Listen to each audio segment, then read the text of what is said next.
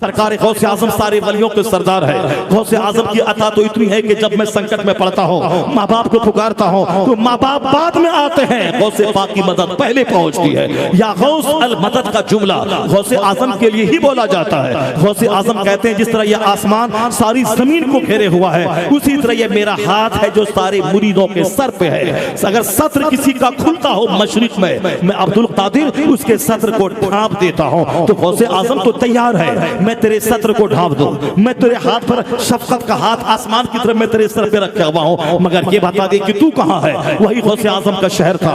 तातारी काफिरों ने गलबा किया, 70,000 मुसलमानों को कत्ल किया, उनकी खोपड़ी का मीनार बनाया, उस पर बैठ के शराब पिया। ये सजा थी उन मुसलमानों को जो गौसे आजम की कब्र की मौजूदगी में घर में शराब पीते थे, गौसे आजम के शहर में मस्जिदों को वीरान करते थे, गौसे आजम के बाजार पे आके नाचते गाजते हुए आते थे। तो सरकार गौसे आजम दीन के जिंदा करने वाले हैं। सरकार गौसे आजम ने दीन को जिंदा किया। बगदाद के खलीफा के घर में शराब निकाल कर तहज्जुद की नमाज दाखिल किया। गौसे आजम ने खाने पीने वाले पीरों को उसे अल्लाह का डर उसके दिल में बिठाया और रात रात भर 100 रकात नमाज नफल पढ़ने का आदी बनाया। खानकाह जिंदा हो गई, मदरसे के निजाम को जिंदा किया। मस्जिद में आपके खिताब से जान पैदा हो गई। आपकी तकरीर में 70 हजार का मजमा होता था। 400 उलमा कराम दवात और कलम लेके सिर्फ आपकी तकरीर को नोट करने के लिए बैठते थे। ये सरकार गौसे आजम की करामतें थी, उनकी मेहनतें थी। मगर उसी के शहर में जब गौसे आजम का विसाल हुआ, मुसलमानों फिर सुस्ती पैदा हो गई, मुसलमानों में गफलत पैदा हो गई। जैसे मोज पे घमंड होने लगा कि मैं फला हूं, मैं फला हूं, मेरा ये है, मेरा वो है। अल्लाह रब्बुल इज्जत ने उनकी बदअमली की सजा दी। सजा ये दी कि उनके मुल्क में तातारी काफिरों को गलबा दे दिया। ये सारे तातारी काफिर मंगोल से आए और पूरे बगदाद को उन्होंने मिसमार कर दिया। यहाँ तक कि सारी लाइब्रेरी से किताब निकालकर दरियाए दजला में फेंक दिया और किताब के हुरूफ की स्याही की वजह से दरियाए दजला का पानी काला हो गया। मदरसों की दीवारें तोड़ दी। ऐसा नहीं होता है कि हम जाके जुमा 8 दिन नमाज पढ़ने गए और जो दुआ करें सारी दुआएं कबूल हो जाए। और ऐसा भी नहीं है कि हमारी वजह से इस्लाम जिंदा है। अल्लाह तबारक व तआला जब चाहता है मुजाहिद को पैदा करके उससे इस्लाम का काम ले लेता है और बदअमल मुसलमानों को उसकी बदअमली की भरपूर सजा देता है। जो लोग फिलिस्तीन के आसपास आज जंग लड़ रहे हैं, अल्लाह उन मुजाहिदीन की मदद फरमाए। लेकिन उनके जाहिरी हालात तो देख लीजिए, उनके बच्चों का ड्रेस देखिए, उनकी औरतों का कपड़ा देखिए, उनके मर्दों का ड्रेस देखिए, उनका चेहरा मोहरा देखिए। यहूदियों के उसके लिबास में कोई फर्क नजर नहीं आता है। जैसा लिबास यहूदी पहनता है वैसे ये पहनते हैं। उनके बेटों का बर्थडे पार्टी देखिए। सारे अरब ममालिक में वहां के जो बादशाहों की जो जीने का अंदाज है उसको देख लीजिए। वहां सोने का पहाड़ वहां है, हीरे जवाहरात के पहाड़ वहां है, पेट्रोल डीजल का कुआं वहां है। उसके बावजूद अयाशी करने वो अमेरिका जा रहे हैं। मुसलमान मारे पीटे जा रहे हैं। उन गरीबों को देने के लिए उनके पास नहीं है। कुआं उसका है, इंजीनियर अमेरिका का है, चश्मा तेल का चश्मा उसका है और उस पर कंट्रोल अमेरिका के यहूदियों ईसाइयों का है। मैनेजर वहां का है, इंजीनियर वहां का है। मुसलमान सिर्फ खाएं और ऐश करें और 2-4 शादियां करें और बच्चे पैदा करें और मस्ती करने के लिए समंदर के किनारे जाए और ईद की खुशियां मनाने के लिए वो समंदर के किनारे जाए और धमाल मचाए। यानी ऐश में यहूदियों को पीछे छोड़ दे। पढ़ेगा यहूदी, लिखेगा यहूदी, एटम बम वो बनाएगा, तो एटम बम वो बनाएगा, फिर रॉकेट वो बनाएगा। हवाई जहाज यहूदी दिया है, कंप्यूटर यहूदी दिया है, मोबाइल यहूदी दिया है। ये सारा सामान यहूदी दे रहा है और हम कहते हैं कि बगैर कुछ किए हुए हम फतह हासिल कर ले। नहीं होता है। बच्चों को पढ़ाना होगा, अपने घर का कल्चर बदलना होगा, अल्लाह पर मजबूत यकीन करना होगा। और जिस दिन ये अरब के लोग बदल गए, फिर याद रखना कि इस्राइल को मुंह छुपाने की जगह नहीं मिलेगी। और मुझे यकीन है कि वो लोग बदलेंगे नहीं। इसलिए नहीं बदलेंगे क्योंकि आज वहां मगरिबी तहजीब की जड़ें मजबूत हो चुकी है। सबों को जान से प्यार हो गया है, बाल बच्चों से मोहब्बत हो गई है, अपनी कुर्सी से चिपक कर रहने की आदत हो गई है। तो ठीक है, तुम लोग खाओ पियो और फिलिस्तीन का तमाशा देखो। अनकरीब खुरासान से एक गर्व निकलेगा जो जान से ज्यादा मौत को तरजीह देता है, जो शहादत को तरजीह देता है। हुजूर ने फरमाया है एक गिरोह निकलेगा खुरासान से। सलाहुद्दीन अय्यूबी का नाम अरब के लोग लेते हैं। सलाहुद्दीन अय्यूबी वो अरबी नस्ल नहीं थे, वो कुर्दिस्तान के थे।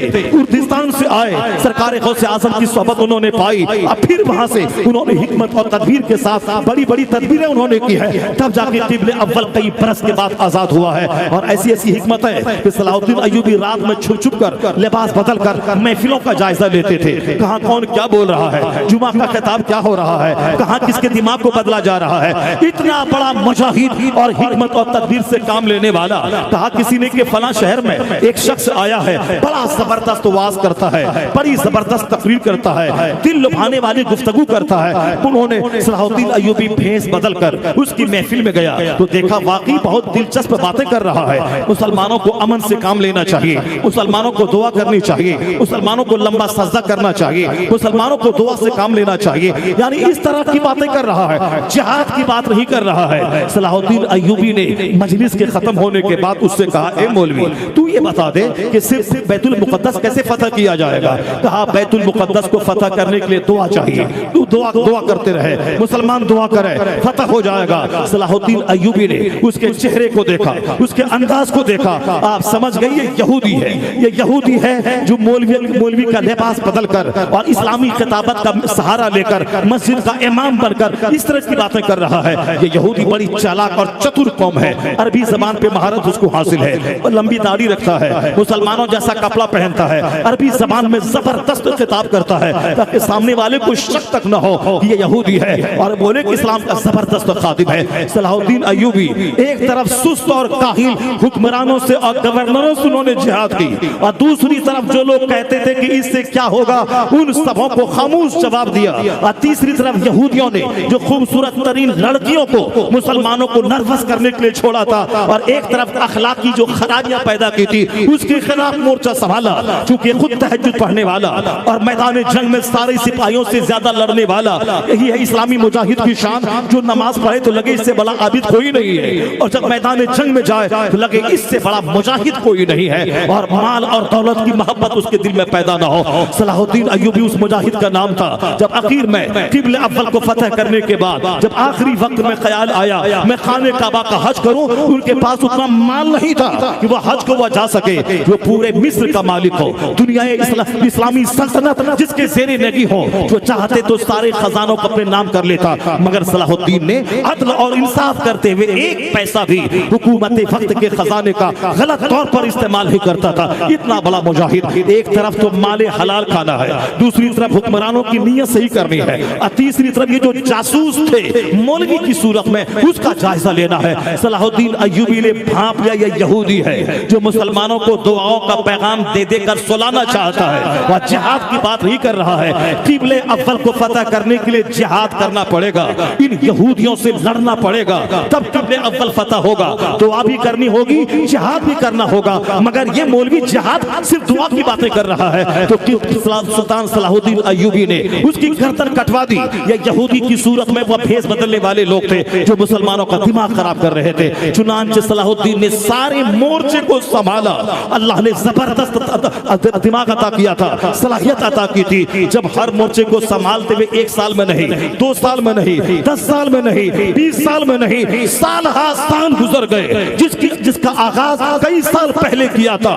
तमाम मोर्चे, तमाम कील कांटों को दुरुस्त करने के बाद तब सलाहुद्दीन अय्यूबी को की जिंदगी में वो दिन आया कि किबले अव्वल से यहूदियों को खदेड़ के निकाला गया और किबले अव्वल पे फिर इस्लामी झंडा लहराया, किबले अव्वल को आजाद करवाया। तो आजाद कराने के लिए जिहाद का जज्बा चाहिए, आजाद कराने के लिए दुआ भी चाहिए, आजाद कराने के लिए तीर और तफंग और तमाम तदबीर भी चाहिए। वही सलाहुद्दीन अय्यूबी थे।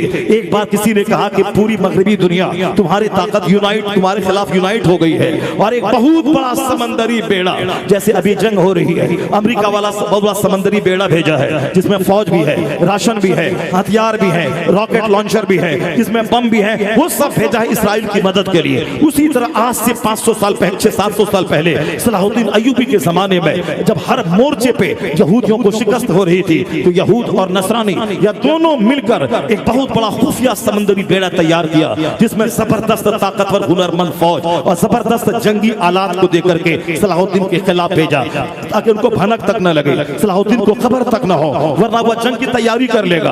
किसी ने उसे खबर दिया कि तुम्हारे खिलाफ एक समंदरी बेड़ा मगरिब के लोगों ने भेजा है। सलाहुद्दीन अय्यूबी ने नहीं कहा कि मैं तो देख चुका हूं, कई जंगों को मैं जीत चुका हूं, हम तो इसको देख लेंगे, नहीं कहा, चूंकि वह जानते थे कि जब सरकार दो जहां सारी कायनात के मालिक व मुख्तार अरबो अजम के ताजदार महबूब परवरदिगार, उन्होंने हमेशा अल्लाह पे भरोसे की बात की है, और फतह अल्लाह की मदद से ही मिल सकती है। हमारी तो तदबीर होती है, बाकी फतह अल्लाह की तरफ से मिलती है। सलाहुद्दीन इस्लामी मजाज का हामिल था। सलाहुद्दीन को अपनी ताकत पे घमंड नहीं था, वो मेहनत करता था, जिहाद करता था, वह हुनर सीखता था, वह तीर अंदाजी की मशक करता था, वह घोड़े पे सवार होने की मशक करवाता था, अपने मुजाहिदीन की मजाज साजी करता था, कुरान हदीस का पैगाम भी सुनाता था और फिर मैदान जंग में तलवार चलाने का हुनर भी सिखाता था, दूर दराज तक हमला करने के लिए तीर चलाने का हुनर सिखाता था और खुद सबसे बड़ा ताकतवर और सबसे ज्यादा जोखिम मोल लेकर मैदान जंग में खतरात मोल लेता था। जहां दूसरे सिपाही साथ छोड़ जाएं,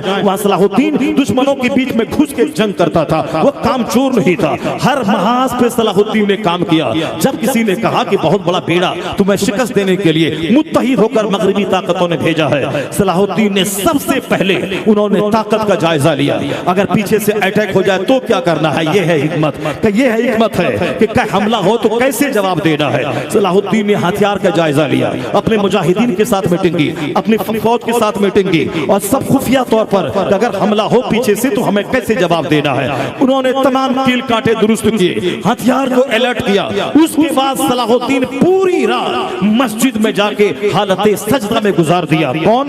कमजोर सलाहुद्दीन नहीं, ताकतवर सलाहुद्दीन, सबसे बड़ा कमांडर इन चीफ सलाहुद्दीन। यही तो सबसे बड़ी कमजोरी है। आज हमारा गोंडा जो डकैत है, वो डकैत बोलता है कि मैदान जंग में हम काम आएंगे, खिताब काम नहीं आएगा, हदीस काम नहीं आएगी, नमाज काम नहीं आएगी, सजदा काम नहीं आएगा। अभी एनआरसी के वक्त में बहुत सारे लड़के उछले कूदे गए और दिल्ली में सड़कों पे आ गए और वह मौलाना के खिलाफ बोलने लगे कि तुम साफ हदीस दिखाते रहो, यहाँ जरूरत है मैदान में आ जाने की। अरे मैदान में आने की जरूरत है, फिर हदीस के खिलाफ बोलने की क्या जरूरत है? हदीस ही में तो जिहाद का लफ्ज आया है, हदीस ही में तो जिहाद की फजीलत आई है, हदीस ही में तो शहीद होने का जज्बा आया है, हदीस ही में तो सारी बातें बयान की गई है। तो फिर हदीस से हट के कौन सा जिहाद करना चाहता है? तो कोई जिहाद करने वाला है नहीं। अब कोई गोंडा आता है सामने, वो हदीस के खिलाफ बोलता है और जो मस्जिद और मदरसे में है वो दिन रात दुआ कर रहे हैं। इसके पास ना हिम्मत है, ना ताकत है, ना लड़ने की। तो दोनों तबका हमारा कमजोर है। हम तबका सलाहुद्दीन का वो था कि सजदा करता ऐसा जैसे कि सजदा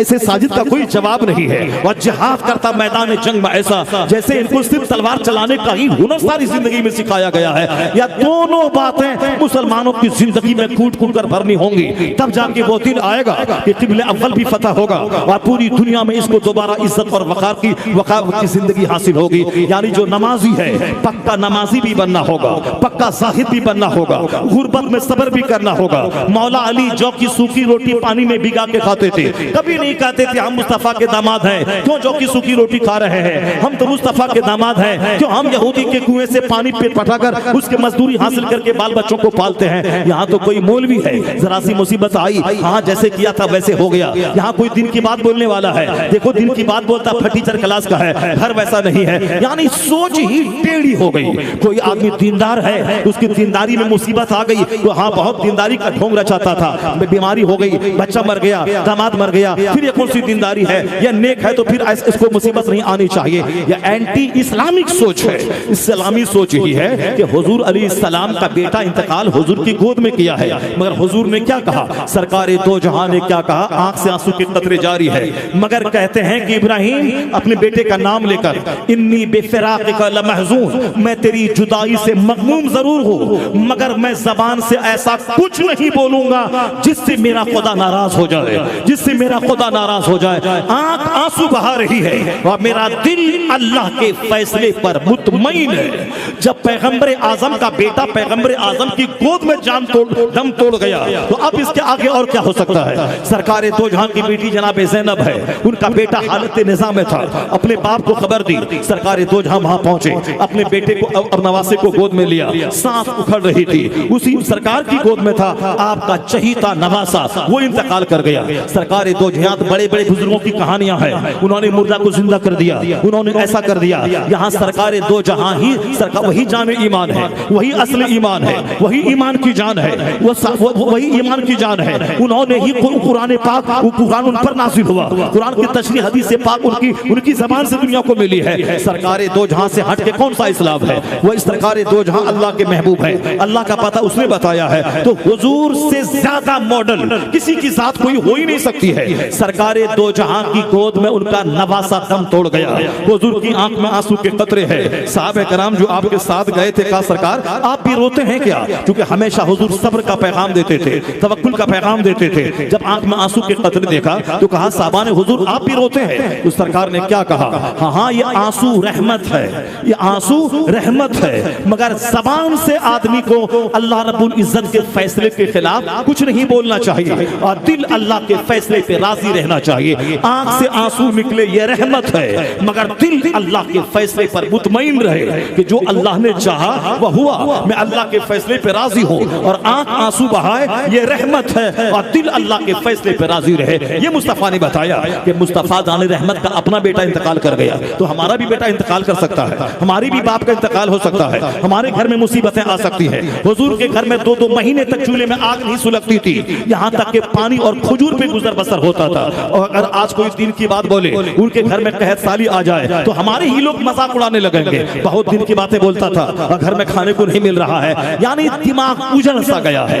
इसलिए हुजूर ने कहा आखिर जमाने में लोगों की अक्लें छीन ली जाएगी। लोग कुरान पढ़ते नहीं हैं, इस्लाम समझने के लिए अखबार पढ़ रहे हैं, लोग हदीस पढ़ते नहीं हैं, इस्लाम समझने के लिए व्हाट्सएप का इस्तेमाल कर रहे हैं, लोग सहाबा कलाम की जिंदगी पढ़ते नहीं है, वो अपने इलाके की वली की जिंदगी पढ़ रहे हैं, वलियों की करामत बयान कर रहे हैं, जबकि सार कोई वली सहाबा कराम के कद को नहीं पहुंच सकता है। यहाँ तक कि सरकार गौसे आज़म भी किसी सहाबी के बराबर नहीं है। सहाबी वो जो हालत ईमान में मुस्तफा को देखा, तो सहाबा कराम हमारे लिए मॉडल है, उनकी जिंदगी मेरे लिए नमूना है। तो सहाबा का कोई चर्चा नहीं होता और गांव समाज के जो छोटे मोटे वली हैं उसका चर्चा, उसकी करामतों का चर्चा हो रहा है। इसी सारे चर्चों ने मेरी सोच उड़ा दी, हमें जीने का अंदाज बदल दिया। कुछ लोग ये समझ बैठा मुझे हाथ करने की कोई जरूरत नहीं है, और कुछ डकैत ये सोच के बैठा कि मुसीबत की घड़ी में हम चोर ही काम आते हैं, हम शराबी ही काम आते हैं, या नमाजी दुम दबा के बैठ जाता है। पता चला कि तदबीर भी करनी पड़ेगी और फिर अल्लाह की तकदीर पर एतमाद भी करना पड़ेगा। यही पैगाम मुस्तफा ने भी दिया है, सहाबा कराम ने जिंदगी से दिया है, या दोनों काम करना होगा। और जहां भी फतह मिली है, तकदीर और तदबीर और दोनों पर एतबार करते हुए, नमाजी वह जो मुजाहिद भी हो, मुजाहिद वह जो नमाजी भी हो। सलाहुद्दीन अय्यूबी रात भर तमाम कील कांटे दुरुस्त करने के बाद मस्जिद में उन्होंने जाके सजदा किया और सजदे में रात भर रोता रहा। दुआओं की कबूलियत का सबसे कीमती वक्त है आधी रात के बाद। आधी रात के बाद फिलिस्तीन की जबरदस्त हिमायत मेरे लिए, उनकी हिमायत मेरे पास सिर्फ यही है कि जितने बेनमाजी हैं वो सारे के सारे नमाज पढ़े, और नमाज जो है वो तहज्जुद की नमाज पढ़े। और तहज्जुद की वक्त दुआओं, तहज्जुद का वक्त दुआओं की कबूलियत की घड़ी है। उस वक्त अल्लाह तबारक व तआला अपने शान जलाल के साथ आसमानी दुनिया पे जाहिर होता, ज़ुहूर फरमाता है और कहता है कोई मुझसे मांगने वाला कि मैं दे दूं, है कोई गरीबी से निजात की दुआ करने वाला मैं उसको दे दूं। ये दुआएं कबूल होती हैं रात के आखिरी पहर में। तो मुसलमानों को अगर सच्ची हमदर्दी है, वह चू चू का करके मत रह जाए, वह साफ खतरनाक तस्वीरें देखकर वह चू चू करके न रह जाए। वह पहले देखे कि उस मुसलमानों की हमदर्दी में एक रात की नींद मेरी कुर्बान हुई या नहीं हुई, मैंने लज्जतों को छोड़ा या नहीं छोड़ा। जो नमाजी है नमाज का पाबंद हो जाए, तहज्जुद गुजार बन जाए, तहज्जुद के वक्त में दुआएं कबूल होती है। मेरी माँ बहन बेटियां वह रात के आखिरी पहर में मुसल्ले पे खड़े होकर दुआ करें। और जो आम मुसलमान है वह समझ ले कि मैं बेनमाजी हूँ, इसीलिए मेरे भाई पे अजाब आया है, मैं झूठ बोलता हूँ इसीलिए मेरे भाई पे अजाब आया है। वह तौबा करें, सच्ची तौबा इस सरजमीन पे होगी कि अब मैं नमाज नहीं छोड़ूंगा, अब मैं झूठ नहीं बोलूंगा, अब मैं ग़ीबत नहीं करूंगा, अब मैं सुस्त नहीं बनूंगा, अब मैं अल्लाह रब्बुल इज्जत ने जिसको हराम कहा मैं उससे बचूंगा, जिसको करने का हुक्म दिया मैं करूंगा। सच्ची तौबा इस सरजमीन पे होगी, इसका पॉजिटिव असर इराक, शाम, फिलिस्तीन में महसूस किया जाएगा। सच्ची तौबा का असर पॉजिटिवली होता है। इसलिए सच्ची हमदर्दी फिलिस्तीन की सिर्फ यही है, फिलिस्तीन जिंदाबाद के सिर्फ नारे न लगाए जाए, सच्ची तौबा करके पक्का नमाजी बन जाए और रात के आखिरी पहर में उठ के दुआ कर, उस वक्त दुआ कबूल होती है। उसके बाद दिल में जज्बा रख के जब भी मुझे मौका मिला तो हम उनके साथ शाना बशाना मिलकर हम जिहाद करेंगे। तो तू जिस तरह का जज्बा रखता है उसी जज्बे के मुताबिक उसको अजर मिलता है। किसी ने कहा अगर मुझे सोने का पहाड़ मेरे पास होता मैं खैरात कर देता, तो आया है हदीस पाक का मफहूम, उसे सोने का पहाड़ खैरात करने का सवाब मिल जाएगा। सिर्फ नेकी का इरादा करे दिल की गहराई से उसको अजर मिल जाता है। अगर कोई गुनाह करने का इरादा किया हो कि मैं शराब पीऊंगा मगर शराब पीने का मौका नहीं मिला, नहीं पिया, उसको गुनाह नहीं होगा। यहाँ गुनाह का इरादा करने से गुनाह नहीं होता, या मगर नेकी का इरादा करने से नेकी मिलती है। इसलिए दिल में जज्बा रखना पड़ेगा कि जब भी ऐसा मौका आया मैं जान माल सबसे मैं जिहाद करूंगा। और उसकी पहचान के रात के आखिरी पहर में सजदा करके आंसू बहा के मर्द भी रोएं, औरतें भी रोएं। ये दुआएं हाला बन के वहां पहुंचेंगी फिलिस्तीन, और आसमान से अल्लाह की मदद नाजिल होगी। सिर्फ चूचा करने से काम ना होगा, सिर्फ मोबाइल चलाने से काम नहीं होगा। झूठी मोहब्बत है, सच्ची मोहब्बत है वो जो कह दे कि मेरे गुनाहों की वजह से मेरे भाई का घर जल रहा है, मैं मस्जिद अब वीरान करता हूँ, इसलिए मेरे भाई का खरबन जल रहा है, अब मैं तौबा करता हूँ, अब मैं गुनाह नहीं करूंगा। सच्ची तौबा मुसलमान दुनिया में आज करे तो जो काम एटम बम से नहीं निकलेगा वह तुम्हारी दुआओं से हो जाएगा। सलाहुद्दीन अय्यूबी ने पहले कील कांटे दुरुस्त किए और सारी रात मस्जिद में गुजार दी, और फजर की नमाज के बाद जब मस्जिद से बाहर निकले तो एक मजजूब सामने खड़ा था। मजजूब का दामन थाम के कहा सलाहुद्दीन ने, कौन? कर्नल, सबसे बड़ा जर्नल, यहूदियों को हर महाज पे शिकस्त देने वाला सबसे बड़ा सिपहसालार, उसे क्या जरूरत है किसी फकीर और मजजूब के पास जाने की? उसका दामन पकड़ के कहा कि तुम दुआ करो, सुना है कि एक खुफिया बहुत बड़ा बेड़ा मेरे खिलाफ मगरिब ने भेजा है, तुम दुआ करो, तेरी दुआ की मुझे हाजत है। वह मजजूब क्या बोलता है? सलाहुद्दीन, मैं तेरे लिए क्या दुआ करूं?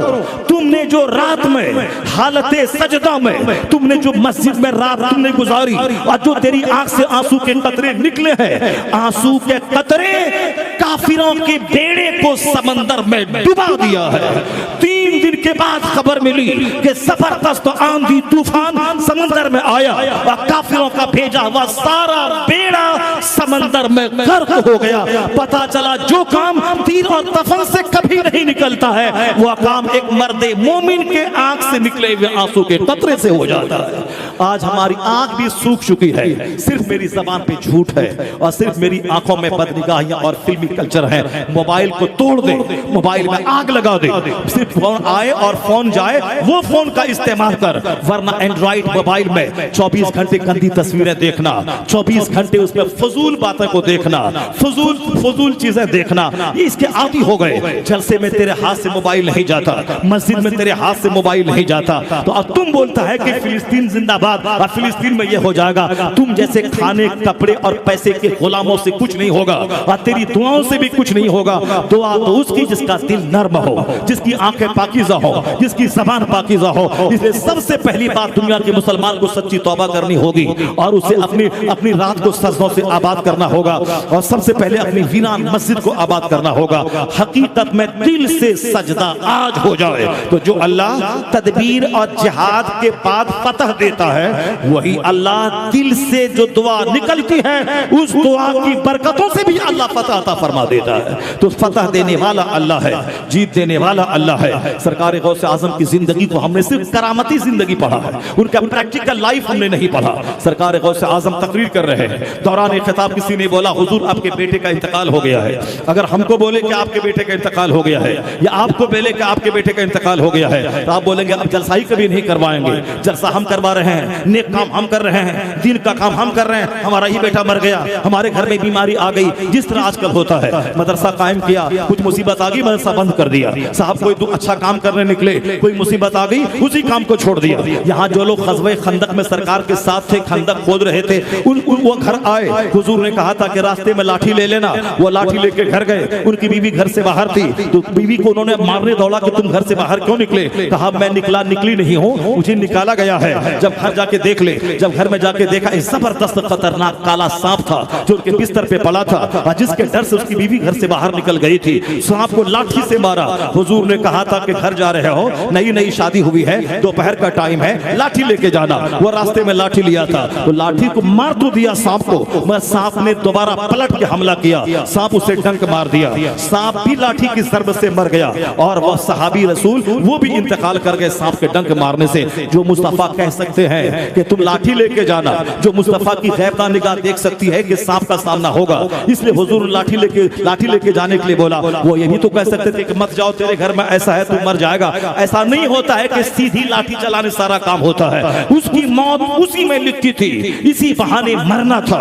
और मगर चूंकि अगर वह लाठी लेके सांप को नहीं मारता, वह सांप उसकी बीवी को भी डंक मार लेता और दूसरों को भी डंक मार देता। तो सरकारे दो जहां की निगाहों में सारी बात रहती है, काम हिकमत हिकमतों से चलता है तो आज मोमिन हिकमतों से आ रही है। एक वह गुंडा डकैत है जो कहता है कि राइट दंगे के वक्त मैं काम आता हूं, और एक कमजोर नमाजी है जो बिल्कुल बेइखलास के साथ वो दुआएं करता है और दुआ कबूल नहीं भी तो बोलता है अल्लाह ने दुआ कबूल नहीं किया। मुजाहिद को भी सब सच दुआ करनी होगी और दुआ करने वालों को भी जज्बे जिहाद रखना होगा। सरकार गौसे आजम खिताब कर रहे हैं। किसी ने बोला बेटा आपका मर गया, कहा इन्ना लिल्लाहि व इन्ना इलैहि राजिऊन, कहा फिर तकरीर चालू है, न जर्रा बराबर मलाल हुआ न आपने तकरीर बंद की। थोड़ी देर के बाद किसी ने आके बोला हुजूर का जनाजा हाजिर है, आप मेंबर से नीचे उतरे, जनाजे की नमाज पढ़ा दी, फिर दिन की खिदमत जारी है।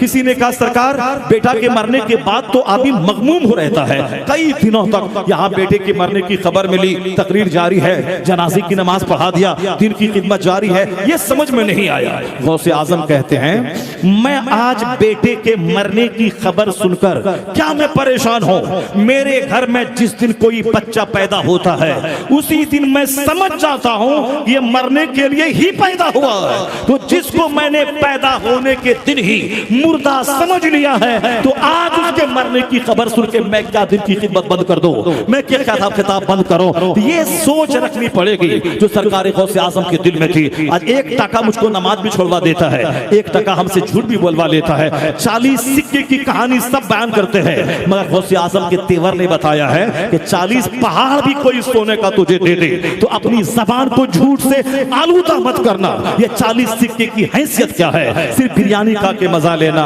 और सिर्फ तोशे कादरिया करना, सिर्फ वह साहब खजूर पानी की फातिया कर देना और साहब क्या है कि वो हलवा और मुनक्का और किशमिश और अखरोट की फातिया कर देना। ये गौसे आजम का लंगर बड़ा मजा मिलता है, खाने में तो मजा आता ही है। सच्चा कादरी वो है जो 11वीं शरीफ में फातिया करने के बाद कहे मेरे शेख ने 40 दिनार को दे दिया मगर जबान से झूठ नहीं बोला, तो अब मैं भी सच्चा कादरी कसम खाता हूं अपनी जिंदगी में झूठ नहीं बोलूंगा। मेरे इमाम ने 40 साल तक ईशा के वजू से फजर पढ़ी, अब मैं भी सारी जिंदगी नमाज पाबंदी से सफर में हजर में पढ़ूंगा। कभी कभार कज़ा हो जाए अलग बात है, आदतन मैं नमाज पाबंदी से पढ़ूंगा। ये है सच्चा कादरी, वरना वो नमक मंचूस खाने वाला और साहब वह बिरयानी खाने वाला और वह तोशे कादरिया खाने वाला, वह घी और मलीदा मिला करके फातिया करने वाला, बाल बच्चे को पढ़ाने और मकान बढ़ाने के लिए। तो सबसे आखिरी बात सरकार गौसे आजम के सिलसिले के एक शेख कादरी कहते हैं कि 50 किताबों के पढ़ने से तू बेनियाज हो जाएगा। एक बात याद रख ले, ये समझ ले गिरह बांध कर दुनिया का कोई आराम जन्नत के आराम से बढ़कर नहीं है।